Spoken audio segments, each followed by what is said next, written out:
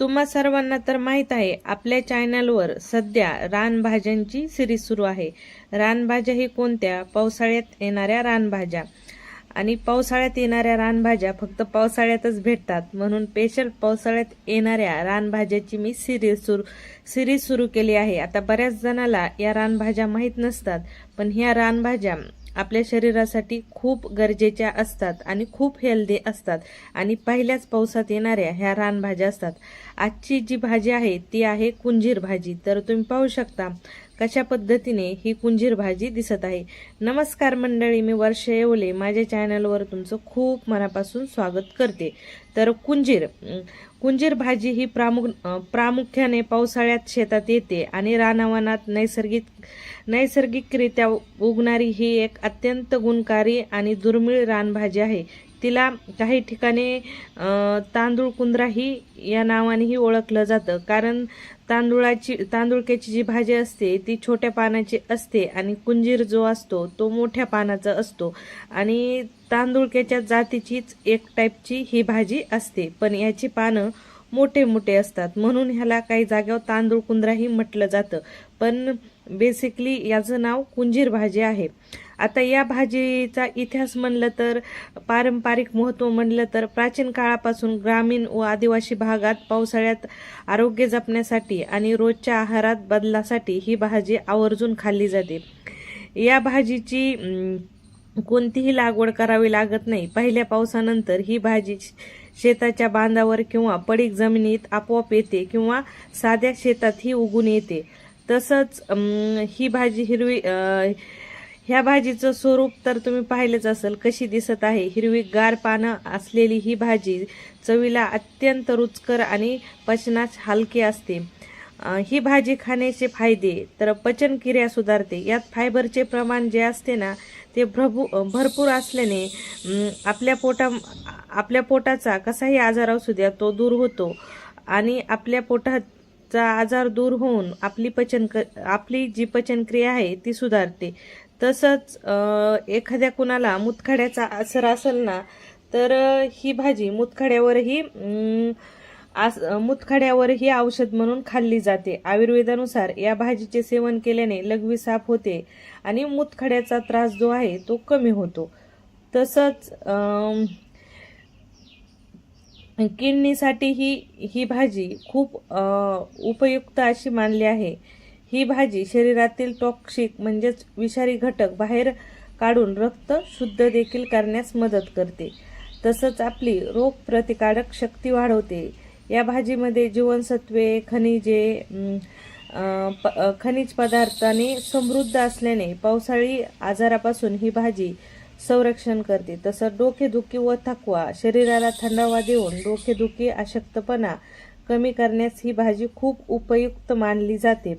ह्या भाजीचे अनगिनत फायदे आहेत आणि स्पेशली पहिला पाऊस पडला की लगेच ही भाजी उगून येते आणि पावसाळी भाज्या ज्या येतात ना रानावनात, बांधात, शेतात, यावर कसल्याही प्रकारचं औषध वगैरे शिंपलेलं नसतं।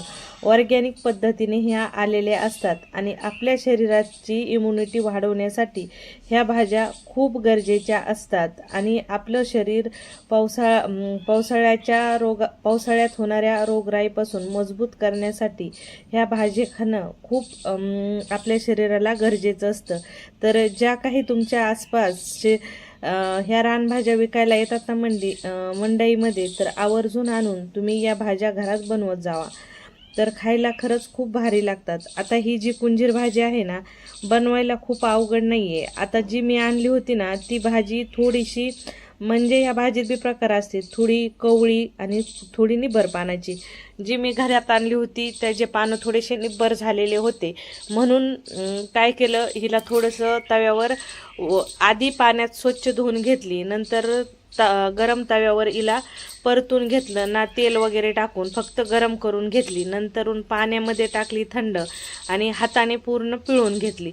पिळून घेतल्यानंतर पूर्ण कोरडी झालेली आहे। आता याच्यावर आपल्याला तिखट, मीठ, हळद आणि तुमच्या आवडीनुसार तुम्हाला या भाजीमध्ये शेंगदाण्याचं कूट आवडत असेल तर टाकलं तरी चालतं, नाही टाकलं तरी चालतं.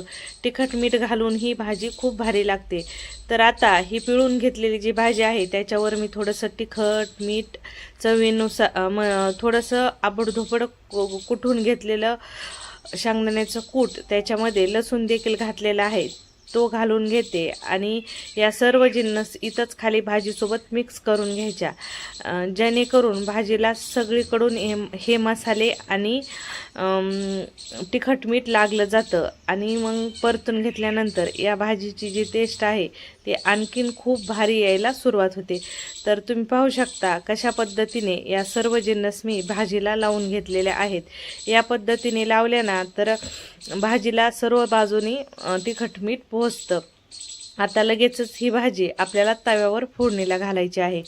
तर चला मग तव्यावरती तेल घालून घेत आहे. तेल छान कडक गरम करून घ्यायचं. तेल गरम केल्यानंतर आपल्याला याच्यामध्ये मस्त 8-10 लसणाच्या कळ्या ज्या आहेत त्या नकलून घालायच्या आहेत. ह्या भाजीला लसूण भरपूर वापरायचा, म्हणजे भाजीची जी टेस्ट आहे ना ती खूप खमंग येते. लसूण खरपूस लाल रंगावर तेलामध्ये तळून घ्यायचा. तर तुम्ही पाहू शकता इथं आपल्या लसणाचा कलर चेंज झालेला आहे. हवा असेल तर तुम्ही याच्यासोबत थोडेसे जिरे घालून जिऱ्याचीही फोडणी देऊ शकता. पण या रानभाज्या आहेत ना, या रानभाज्याला बाकी दुसरी कशाची तुमच्याच्याने फोडणी नाही दिली झालं ना तरी तुम्ही आवर्जून या रानभाज्याला फक्त लसणाची फोडणी घालायची. लसणाच्या फोडणीने या रानभाज्या खायला खूप रुचकर लागतात आणि चविष्ट लागतात. तर छान आता जी भाजी आपण मिक्स करून ठेवलेली होती मसाले वगैरे लावून, इथं ती भाजी घालून घ्यायची आणि 2-3 मिनिट मस्त तव्यावर उलटपुलट करायची. खूप वेळ करायची नाही, अगदी 2 ते 3 मिनिटातच ही भाजी तुमची बनवून तयार होते. ही भाजी खायला खूप भारी आणि टेस्टी लागते. एकदा का बनवली ना नेहमीच तुम्ही पावसाळ्यात ही भाजी 2-3 वेळेस तरी बनवून खाल.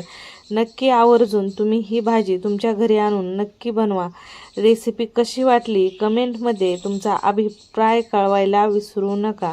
रेसिपी आवडली तर लाईक शेअर नक्की करा आणि तुमच्याही घरी या पावसाळ्यात अशा पद्धतीच्या रानभाज्या बनवून आवर्जून खा. तर चला परत भेटू आपण अशाच नवीन व्हिडिओसोबत. ही भाजी तुम्ही वरण भाताला तोंडी लावून खाऊ शकता. बाजरीची भाकरी, ज्वारीची भाकरी किंवा चपाती, स्पेशली बाजरीच्या भाकरीसोबत ही भाजी खायला खूप भारी लागते. चला मग परत भेटू.